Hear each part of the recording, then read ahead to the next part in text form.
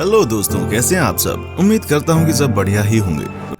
दोस्तों, आज का ये वीडियो बहुत ही खास होने वाला है क्योंकि आज के इस वीडियो में हम आपको इतिहास के कुछ ऐसे फैशन ट्रेंड्स के बारे में बताएंगे जिसे जानकर आप हैरान रह जाएंगे। भैया, आपका दिमाग घूम जाएगा। कहते हैं कि जमाना बदल रहा है और उसके साथ ही फैशन की दुनिया में हर रोज नए नए रंग देखने को मिलते हैं। वर्तमान में फटी जीन्स का ट्रेंड जहां एक लोगों के तबके को बहुत भाता है, वहीं दूसरे तबके के लोग इस अजीब तरह के फैशन ट्रेंड को समझते हैं। लेकिन वेट, अगर आप ये समझते हैं कि आज का फैशन बहुत अजीबोगरीब हो गया तो जरा रुक जाइए दोस्तों।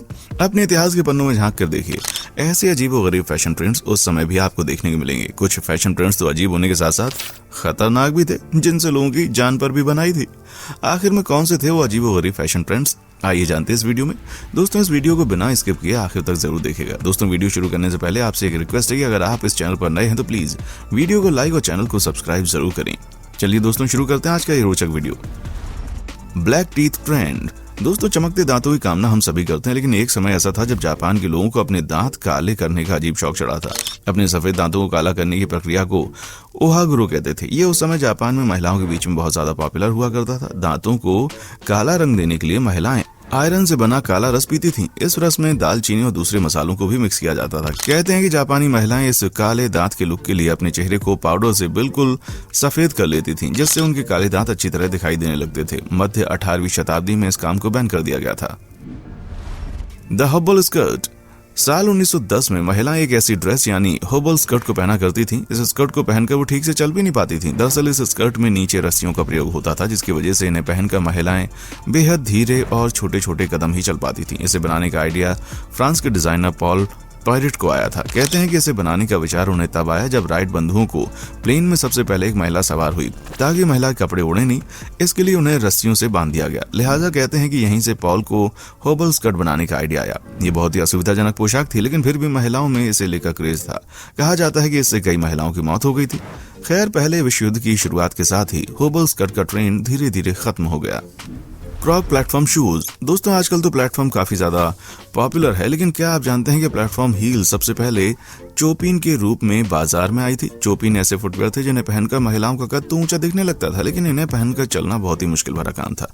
16वीं शताब्दी में स्पेन और इटली के चोपिन मशहूर होना शुरू हुए थे। इसे पहनकर महिलाएं अपने कद के अलावा अपनी लंबी लंबी ड्रेसेस को भी जमीन से टकराने से बचाती थीं। इससे पहनकर चलना बहुत ज्यादा मुश्किल होता था।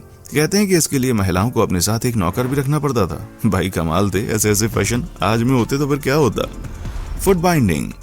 चीन के सम्राट ली यू के शासनकाल के दौरान फुट बाइंडिंग फैशन बहुत ज्यादा चला करता था। 970 ईस्वी में कहा जाता है कि राजा की सबसे प्रिय पत्नी याओ नियांग ने अपने पैरों को चंद्रमा के आकार में बांधा और राजा के सामने अपने पैर के अंगूठों के सहारे डांस किया।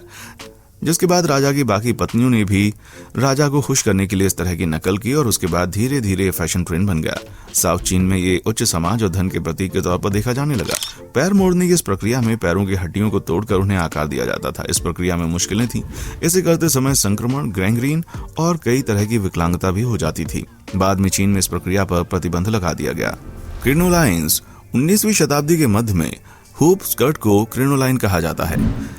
ये लंबी और घुमावदार हुआ करती थी। इन्हें ज्यादा चौड़ा और मोटा बनाने के लिए कपड़े की बहुत सारी लेयर को एक साथ सजाया जाता था। लेयर्स को गोल आकार में रखने के लिए इसमें स्टील या लकड़ी की हुप लगाए जाते थे, जिसके बाद ये स्कर्ट बनकर तैयार होती थी। और ये इतनी ज्यादा लंबी और चौड़ी होती थी कि एक समय में एक कमरे में सिर्फ 3-4 महिलाएं आ पाती थी। कहते हैं कि इन्हें पहनना बहुत ही मुश्किल हुआ करता था। ये इतने ज्यादा चौड़े होते थे कि इन्हें पहनकर महिलाएं किसी वाहन में बैठकर सफर करने के बारे में सोच भी नहीं सकती थी। ये कॉटन और लिनन के फैब्रिक से बनी होती थी, जिसे आग जल्दी पकड़ने का खतरा होता था। इसके बहुत महंगे होने की वजह से इसे अमीर घर की औरतें ही पहना करती थीं। इस स्कर्ट को पहनकर बहुत सी दुर्घटनाओं का भी सामना करना पड़ता था। इससे जुड़ा ये किस्सा है कि साल 1863 में चिली की राजधानी सैंटियागो के एक चर्च में आग लग गई, जिसमें 2 से 3 हजार लोगों के मरने की खबर आई थी। कहते हैं कि उस चर्च में आग लगने की वजह से अफरा तफरी मच गई थी और क्रिनोलाइन ड्रेस इतनी ज्यादा बड़ी थी कि ज्यादातर महिलाओं का दरवाजे से बाहर निकलना मुश्किल हो गया था और ये वहीं पर फंस गई। इस घटना के बाद इसके चलन को बंद कर दिया गया। एलेंटेड स्कुल। सेंट्रल अमेरिका में पहली बार जब लंबे आकार की इंसानी खोपड़ी पाई गई तो हर कोई इसे एलियन से जोड़कर देखने लगा, क्योंकि फिल्मी पर्दे पर दिखाई जाने वाले एलियन से इसकी बनावट काफी ज्यादा मिलती जुलती थी। हालांकि शोधकर्ताओं के अनुसार इस खोपड़ी का एलियन से दूर दूर तक कोई लेना देना नहीं था। उनके अनुसार इतिहास में माया और उनके जैसी इंसानी सभ्यताओं के लोग छोटी उम्र में ही अपने बच्चों के सर को एक कपड़े से कसकर बांध देते थे ताकि सिर का साइज लंबा होने लगे।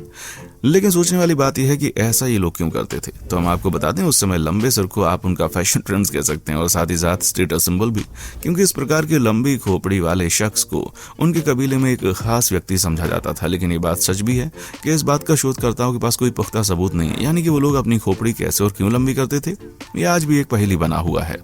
नेक रिंग। दोस्तों, बर्मा के कायन लोग लंबी गर्दन होने को सुंदरता का प्रतीक मानते हैं, इसलिए वहां की महिलाएं लंबी गर्दन करने के लिए गले में छल्ले पहनती हैं। इसके लिए उनके गले पर इतना ज्यादा दबाव पड़ता है कि धीरे धीरे उनकी गर्दन काफी हद तक लंबी हो जाती है। इन छल्लों को पहनना बहुत ही दर्दनाक होता है, साथ ही इसे पहनने से महिलाओं का गला हमेशा के लिए वही आकार ले लेता है। अब तो वैसे इन महिलाओं ने इनको पहनना बहुत कम कर दिया, लेकिन इन्हें देखने के लिए लोग बर्मा जाया करते हैं और इन महिलाओं के साथ फोटो क्लिक कराते हैं। बताते चलें, छल्ले पहनने वाली ये महिलाएं जिराफ वुमन के नाम से बहुत ज्यादा मशहूर हैं। लेकिन दोस्तों, इस बात को समझना थोड़ा मुश्किल है कि लंबी गर्दन होना आखिर फैशन कैसे हो सकता है। कुछ लोग कहते हैं कि पुराने दौर में शेर जैसे शिकारी जानवरों से गर्दन का बचाव करने के लिए इस प्रकार के नेकलेस का उपयोग शुरू हुआ था। वहां कुछ की माने तो कबीलों में अपहरणकर्ता के डर से महिलाओं ने अपनी गर्दन को लंबा करना शुरू किया था ताकि खतरे को वो दूर से ही देख सकें। खैर, वजह चाहे जो भी रही हो, इसकी वजह से गर्दन की हड्डियों और मांसपेशियों पर बहुत ज्यादा बुरा प्रभाव पड़ता है। लेकिन इसके बावजूद ये महिलाएं इस अनोखे फैशन को आज भी अपने दैनिक जीवन का हिस्सा बनाए हुए हैं। कॉर्सेट। दोस्तों, पतली कमर होना आज के लिए भी एक फैशन ट्रेंड है, जिसके लिए लोग कुछ भी करके अपना पेट को कम करते हैं और कॉर्सेट से बांधते हैं। लेकिन 16वीं शताब्दी के लोग पतली कमर के इस पागलपन को नेक्स्ट लेवल पर ले गए। उस समय कुछ यूरोपियन देशों में महिलाओं की कमर पर कॉर्सेट इतना ज्यादा टाइट बांधा जाता था कि उनकी बॉडी एक गुड़िया की तरह दिखने लगती थी। इसकी ट्रेंड की वजह से लड़कियों के इंटरनल ऑर्गन पर बहुत बुरा प्रभाव पड़ता था। वो कई तरह की बीमारियों का शिकार हो सकती थी और कई मामलों में तो कसकर बांधे गए कॉर्सेट से उनकी अंतड़ियां तक टूट जाती थीं। ऐसा नहीं है कि इतिहास में लोग कॉर्सेट से जुड़ी इन बीमारियों से अनजान थे, पर सबको जानते हुए भी वो अपनी लड़कियों के पेट पर महज 12 साल की उम्र में ही कॉर्सेट बांधना शुरू कर देते थे। कॉर्सेट का ये फैशन इतना ज्यादा खतरनाक था कि साल 1860 के दौरान पेरिस के एक अखबार में खबर आई कि इसे बांधने से एक लड़की की अंतड़ियां टूटकर हड्डी लीवर में जाकर घुस गईं और उसकी मौत हो गई। आपको बता दें कि अब भी कुछ महिलाएं खास मौकों पर कॉर्सेट पहनती हैं, हालांकि ये उतना ज्यादा टाइट नहीं होता जितना कि पहले हुआ करता था। Longer nails. अगर आप ऐतिहासिक चीन के महिलाओं को देखेंगे तो सबसे पहले आपके नज़र उनके अजीब व गरीब कपड़ों पर जाएगी। हालांकि उनके कपड़ों के अलावा जो चीज़ आपको सबसे ज़्यादा अजीब लगेगी वो है उनके नाखून। वैसे लंबे नाखूनों का फैशन तो आज भी है, लेकिन उस दौर में चीन की अमीर महिलाएं अपने नाखूनों को ताउम्र बिना काटे लंबे होने देती थीं। दरअसल ये लंबे नाखून एक प्रकार से उनकी अमीरी और प्रतिष्ठा के प्रतीक माने जाते थे। तो दोस्तों, आज के लिए बस इतना ही। आपको हमारा आज का एपिसोड कैसा लगा हमें कमेंट सेक्शन में आकर बताएं और साथ ही साथ हमको ये भी बताएं कि आप और कौन कौन से टॉपिक्स ऐसे हैं जिनके ऊपर हमारे से वीडियोस चाहते हैं।